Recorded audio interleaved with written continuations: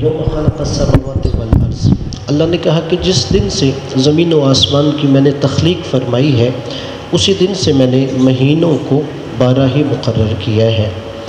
اور پھر فرمایا کہ وَأَرْبَعَةٌ حُرُمٌ، اور ان میں سے جو 4 ہیں وہ حرمت کے مہینے ہیں۔ وہی جو حرمت کے مہینے ہیں جو 3 ترتیب کے ساتھ ہیں، ان میں سے پہلا مہینہ یہی ہے کہ جس مہینے کی ابتدا ہم یہ دن گزار رہے ہیں، یعنی ذی القعدہ کا مہینہ۔ اب وہ 4 حرمت کے مہینے ذی القعدہ، ذی الحج، محرم جو ایک ترتیب میں واقع ہیں، اور چوتھا حرمت کا مہینہ ماہ رجب المرجب کا مہینہ ہے۔ یعنی اسلام سے پہلے بھی یہ اسی طریقہ موجود تھا کہ 12 مہینے ہیں، اور جیسے اللہ نے پھر قرآن میں آیت میں کہا کہ صرف زمانِ جاہلیت سے یہ خاص نہیں ہے، بلکہ جب سے میں نے زمین و آسمان کو پیدا کیا ہے تب سے یہی ہے کہ 12 مہینے تھے اور ان میں سے 4 حرمت والے مہینے ہیں۔ اب علماء نے مختلف اس کی توجیحات کی ہیں کہ یہ جو حرمت کے مہینے ہیں ذو القعدہ، ذو الحجہ اور محرم، کہ ان میں حرمت کس وجہ سے ہے۔ سب سے پہلے اگر جو پہلا مہینہ ہے ذو القعدہ، آپ جانتے ہیں کہ حرمت کے مہینوں میں زمانہ جاہلیت اسلام سے پہلے ہو یا اسلام کے بعد اس میں کچھ خاص احکام ہیں۔ مثلا جنگ کرنا حرام ہے۔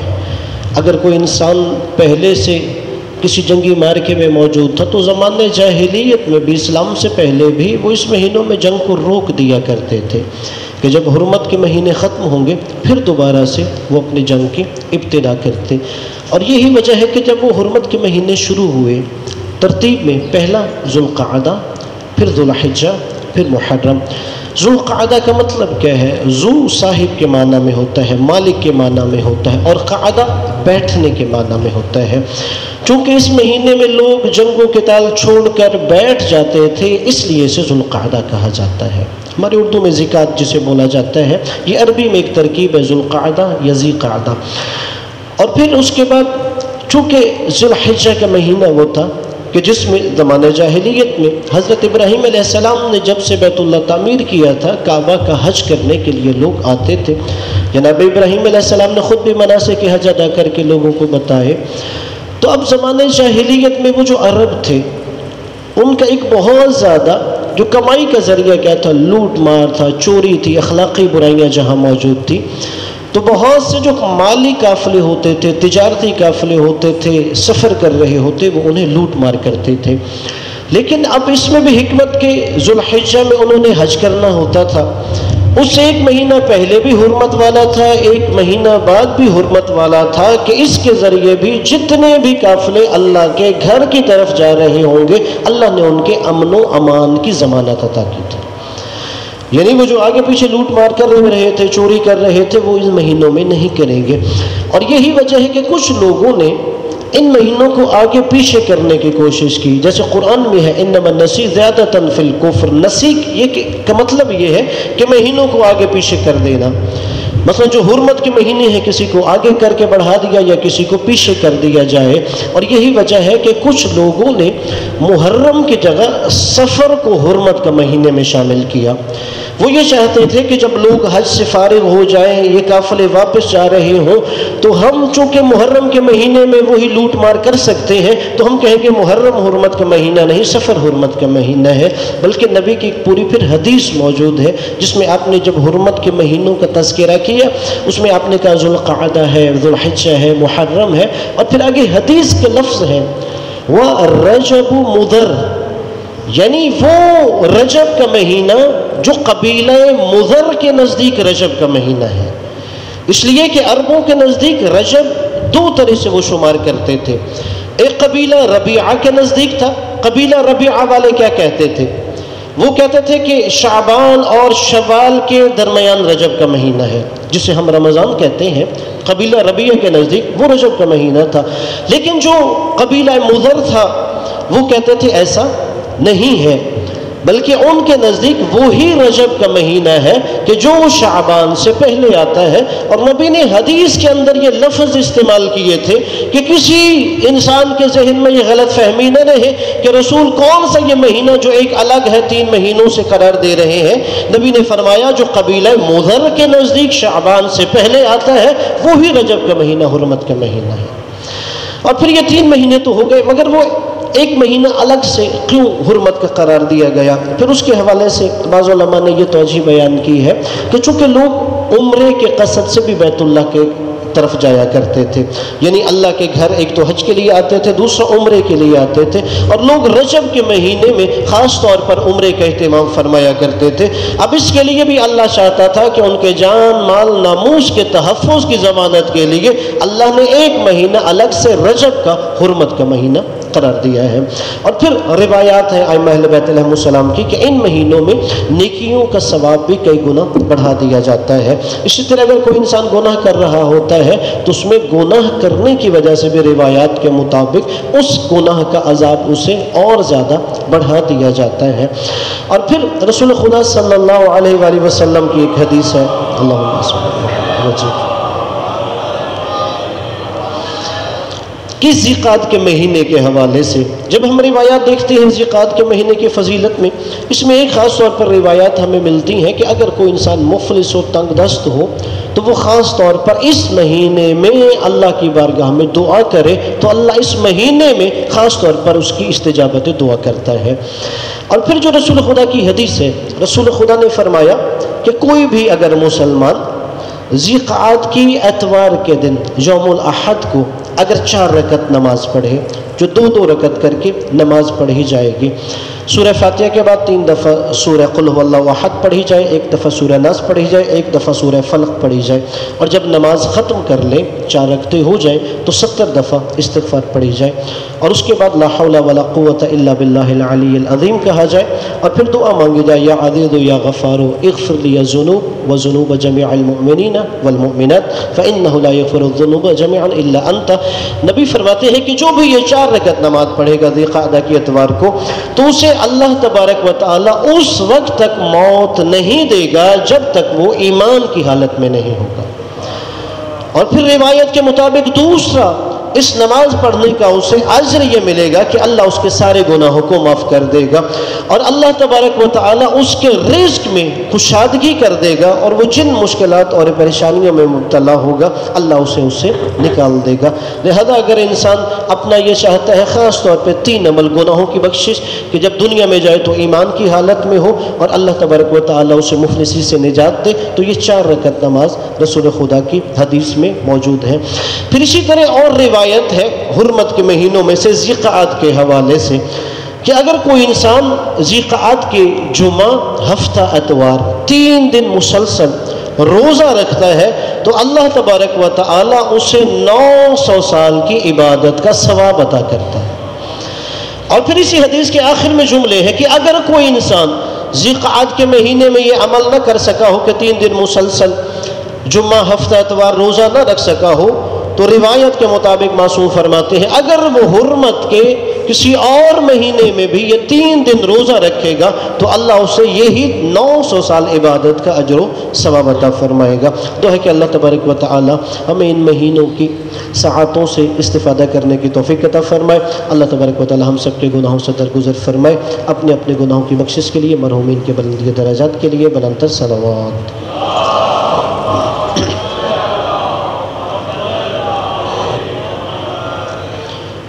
اور پھر اسی طرح اللہ تبارک و تعالیٰ نے انسان کی زندگی گزارنے کے لیے جہاں ایک عبادات کا سلسلہ قائم کیا ہے، ان میں سے جو سب سے زیادہ قرآن مجید میں آیات کا تقرار ہے وہ اقیموا الصلاۃ وآتوا الزکاۃ ہے۔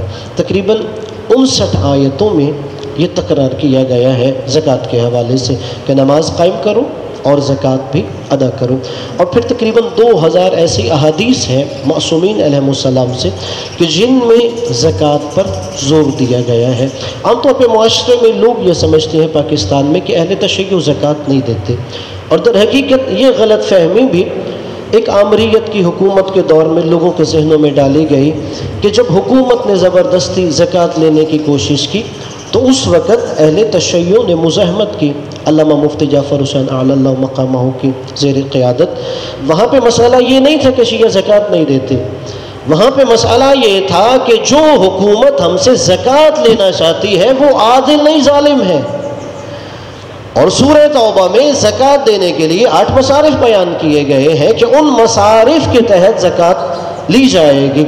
اور اسی طرح جیسے عام طور پہ ایک اسلامی تاریخ میں آپ چیپٹر پڑھتے ہیں کہ نبی کے بعد ایک جہاد کیا گیا منکرین زکوٰۃ کے خلاف۔ اب وہ باقاعدہ پڑھایا جاتا ہے کہ نبی کے بعد جب حکومت آئی خلفاء کی تو پہلے خلیفہ نے ان لوگوں کے خلاف باقاعدہ مسلح جہاد کیا جو زکوٰۃ کے منکر تھے۔ اگر آپ خود بھی اس چیپٹر کی تحقیق کریں، وہ منکرین زکوٰۃ کے منکر نہیں تھے، انہیں زکوٰۃ دینے کے منکر تھے، کہ ان کے مطابق یہ تھا کہ رسول خدا نے غدیر خم کے مقام پر امیر المؤمنین علیہ السلام کو اپنا خلیفہ نامزد کیا ہے، تو حضرت علی علیہ السلام کے علاوہ کوئی اور کیسے ہم سے زکوٰۃ کا مطالبہ کر سکتے ہیں؟ اور اس کی ایک سب سے بڑی دلیل یہ ہے کہ اسی دوران ایک صحابی رسول مالک ابن نویرہ کو قتل کیا گیا۔ مالک ابن نویرہ کے بارے میں مسلمانوں نے کتب احادیث میں روایت لکھی ہے کہ ایک دن یہ رسول کے پاس مسجد نبوی میں آئے اور اس کے بعد اپنے قبیلے کے پاس واپس جا رہے تھے۔ رسول نے صحابہ سے کہا اگر کوئی یہ چاہتا ہے کہ وہ اپنی زندگی میں جنتی شخص کی زیارت کرے تو وہ اس مالک ابن نویرہ کو دیکھ لے۔ اور یہ صحابی رسول قبل شہید ہو رہے ہیں اسی فتنے کے دوران جب کہا گیا ہم لوگوں سے زبردستی زکوٰۃ لیں گے، تو انہی میں سے جناب مالک ابن نویرہ کو بھی شہید کیا گیا۔ خیر، لیکن ہمارے ہاں زکوٰۃ واجب ہے اس لیے کہ قرآن کا حکم ہے، اور زکوٰۃ کے 9 مصارف ہیں کہ جن پر زکوٰۃ واجب قرار دی گئی ہے۔ اب اس سے پہلے زکوٰۃ ہے کیا؟ زکوٰۃ لغوی اعتبار سے 2 معنوں میں استعمال ہوتا ہے، نشو و نما کے حوالے سے اور پاکیزگی کے حوالے سے، اور اس لیے زکوٰۃ کو زکوٰۃ کہا جاتا ہے۔ ایک یہ مال کو پاک کر رہا ہوتا ہے، اور دوسرا یہ مال میں اضافے کا سبب بن رہا ہوتا ہے۔ اب بس اوقات انسان سوچتا ہے کہ میں تو جب زکوٰۃ دے رہا ہوں میرا مال کم ہو رہا ہے۔ اس حوالے سے امیر المومنین حضرت علی علیہ السلام کی ایک حدیث ہے، اللہم صلی علی محمد، جس میں آپ نے فرمایا کہ اللہ نے ایمان کو اس لیے واجب کیا کہ لوگ شرک سے دور رہیں۔ آپ نے فرمایا نماز کو اللہ نے اس لیے واجب قرار دیا تاکہ لوگوں کے اندر غرور اور تکبر نہ آئے۔ آپ نے تیسرا وہاں پہ سبب بیان کیا وَالزَّكَاةُ تَسْبِيبًا لِلرِّزْقِ، اور اللہ نے زکوٰۃ کو اس لیے واجب قرار دیا ہے تاکہ لوگوں کے رزق میں اضافہ ہو جائے۔ اب ایک شخص یہ سوچتا ہے کہ زکوٰۃ ہم پہ کیوں واجب ہے؟ اب دیکھیے بعض اوقات حکومتیں ٹیکس لگاتی ہیں، لیکن اسلام اس چیز کا قائل نہیں ہے کہ ہر انسان پر مالی وظیفہ عائد کیا جائے۔ اسلام کے ہاں مالی وظائف کے لیے کانسیپٹ یہ ہے، لاجک یہ ہے کہ امیر سے لیا جائے اور غریب پہ خرچ کیا جائے۔ لیکن جب حکومت ٹیکس لگاتی ہے اس میں وہ یہ نہیں دیکھتی کہ مثال کے طور پہ اگر ہم یہ ٹیکس لگا رہے ہیں تو جو امیر ہے اس پہ لگائیں گے، جو غریب ہے اس پہ نہیں لگایا جائے گا۔ عام طور پر اکثر معاملات میں اس میں یہ ہے کہ وہ برابری کی سطح پہ غریب ہے تو وہ بھی ٹیکس دے رہا ہے، امیر ہے تو وہ بھی ٹیکس دے رہا ہے، لیکن اسلام کا جو نظام مالیات ہے وہ اس کی نفی کرتا ہے۔ اب روایات کے مطابق جو زکوٰۃ کے حوالے سے اس کی دوسری لاجک بیان کی کئی لا یکون دولتم بین الاغنیاء منکم، کہ اللہ نے زکوٰۃ کو اس لیے واجب قرار دیا ہے تاکہ یہ جو مال ہے صرف مالدار لوگوں کے درمیان گردش نہ کرتا رہے۔ یعنی اسلام یہ چاہتا ہے کہ معاشرے کے تمام افراد کے درمیان مال کی گردش ہونی چاہیے۔ جیسے مثال دیتے ہیں علماء اخلاق کہ انسان کا جسم ہے اور انسان کے جسم کے اندر مختلف رگیں ہیں جن میں خون دوڑ رہا ہوتا ہے۔ اگر کبھی انسان کے جسم میں کسی حصے تک کوئی ایسا عضو ہو جہاں تک خون نہیں پہنچ رہا ہوتا تو وہ عضو آہستہ آہستہ ناکارہ ہونا شروع ہو جاتا ہے۔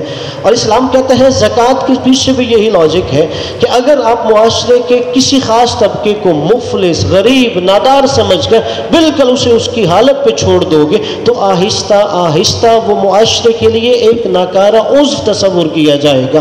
ہو سکتا ہے کہ وہ جرائم کی طرف جائے، ہو سکتا ہے وہ چوری کی طرف جائے، ہو سکتا ہے وہ اخلاقی جرائم کی طرف جائے، وہ قتل کی طرف جائے، وہ غیر اخلاقی کاموں کی طرف چلا جائے۔ اس لیے اسلام یہ چاہتا ہے کہ معاشرے کا کوئی بھی ایسا طبقہ نہ ہو کہ جو ناکارہ تصور کیا جائے۔ اس لیے اس نے کہا کہ یہ دولت ہر طبقے کے درمیان گردش کرنی چاہیے، اور اس کے لیے یہ تصور ہے کہ امیروں سے لیا جائے اور جو مستحق ہے ان پر خرچ کیا جائے۔ اور یہی وجہ ہے کہ اگر زکوٰۃ ہے تو زکوٰۃ کے لیے ایک نصاب مقرر کیا گیا ہے۔ فقہ جعفریہ میں 9 چیزوں پر زکوٰۃ واجب ہے۔ گندم ہے، جو ہے، کھجور ہے، کشمش ہے، سونا چاندی ہے، گوسفند ہے یعنی گائے، بھیڑ، بکری وغیرہ۔ اب اس میں یہ ہے کہ جب غلے کی بات آتی ہے وہ صرف گندم یا جو پہ واجب ہوتا ہے، اور اس کے لیے بھی شرط ہے کہ وہ 847 کلو گرام تک پہنچ گئی تو پھر زکوٰۃ واجب ہے۔ اگر کوئی چھوٹا زمیندار ہے، مثلا وہ 200، 300 کلو، 400 کلو، 500، 600، 700، 800 کلو تک کہ صرف گندم کاشت کر رہا ہے، اس میں زکوٰۃ نہیں اسلام نے رکھی۔ لیکن اگر 847 کلو گرام تک نصاب پہنچتا ہے، گندم ہے یا جو، تو پھر اس صورت میں اس پر زکوٰۃ اسلام واجب قرار دیتا ہے۔ اور اسی طرح سونا چاندی پر زکوٰۃ واجب کی گئی، لیکن اس کے لیے روایات میں شرط یہ ہے کہ وہ نقدین کی صورت میں ہو۔ نقدین کے مطلب کیا ہے؟ کرنسی کی صورت میں ہو، ان سے لین دین ہوتا ہو، تو پھر اس پر زکوٰۃ واجب ہوتا ہے۔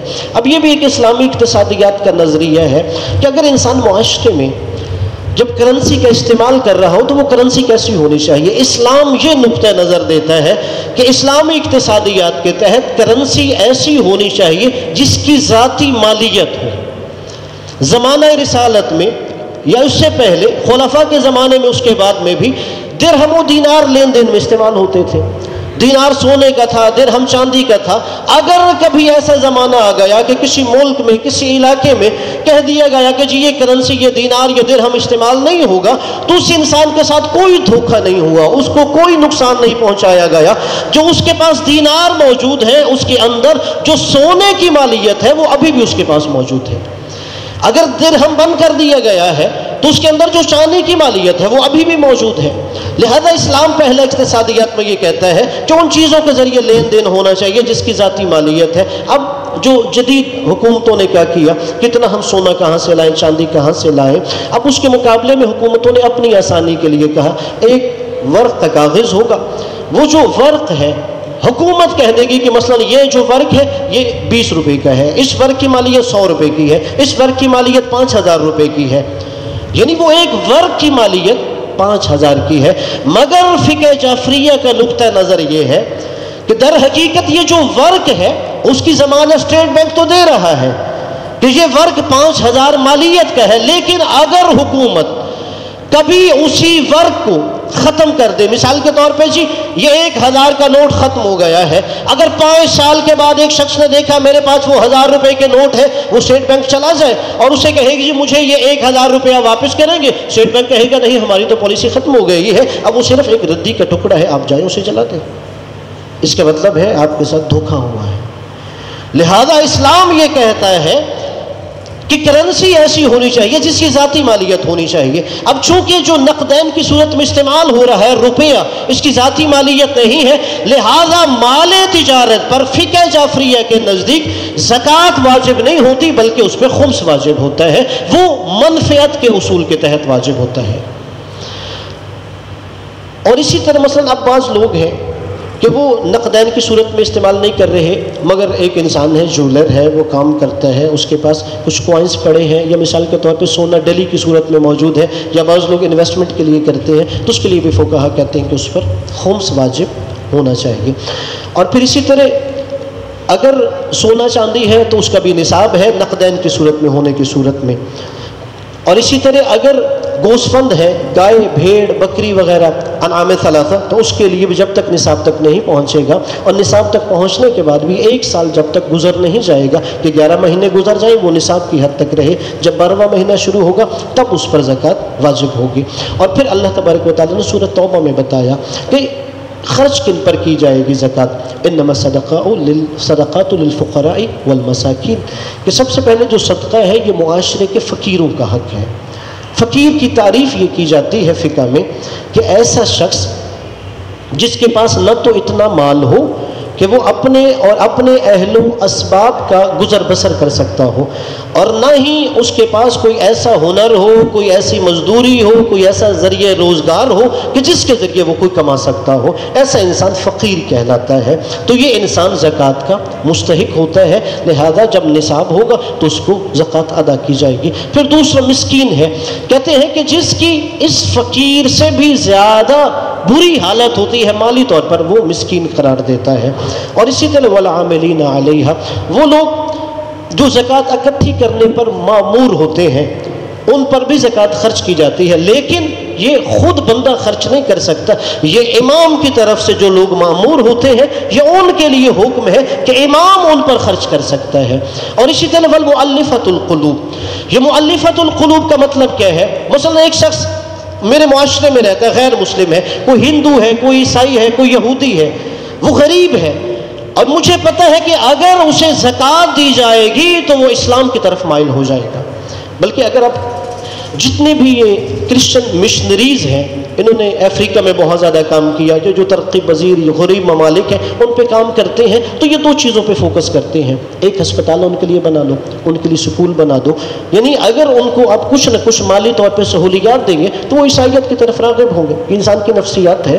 تو اسلام بھی یہ حق دیتا ہے مسلمان کو کہ جو تمہارے اوپر زکوٰۃ واجب ہے، مؤلفۃ القلوب کے تحت اگر کوئی غیر مسلم ہے اسے زکوٰۃ دی جائے گی، وہ مسلمان کی طرف مائل ہوگا۔ یا اسی طرح اگر کوئی ایسا بندہ ہے جو مسلمان ہی ہے مگر وہ اہل بیت علیہ السلام کے راستے سے دور ہے، اور اگر اسے تھوڑی سی زکوٰۃ دی جائے تو وہ خود بخود اہل بیت کے راستے کی طرف مائل ہو جائے، تو مؤلفۃ القلوب کے تحت اس پر بھی زکوٰۃ کا مال خرچ ہو سکتا ہے، مگر پھر اس کے لیے بھی شرط عائد کی گئی، اس کے لیے بھی امام یا نائب امام سے اجازت لی جائے۔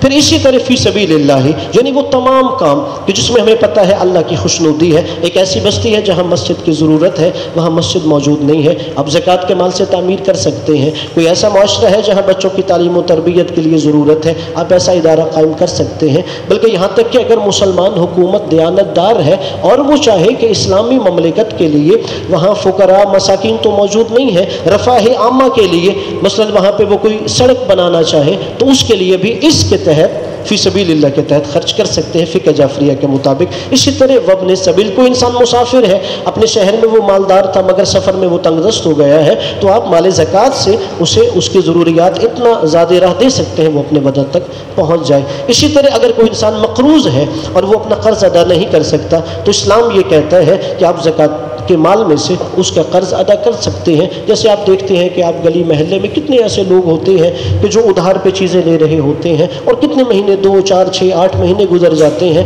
وہ ابھی تک دکاندار کو اس کی قیمت ادا نہیں کر سکتے۔ اس کا مطلب ہے اس کی مالی طور پر حالت ایسی ہے کہ وہ ایسا تنگ دست ہے کہ آپ زکوٰۃ کے مال میں سے بھی اس کا وہ قرض ادا کر سکتے ہیں۔ دعا ہے کہ اللہ تبارک و تعالی ہمیں دین اسلامی پہ چلنے اور عمل کرنے کی توفیق عطا فرمائے۔ بسم اللہ الرحمن الرحیم، انا اعطیناک الکوثر فصلی لربک وانحر ان شانئک هو الابتر۔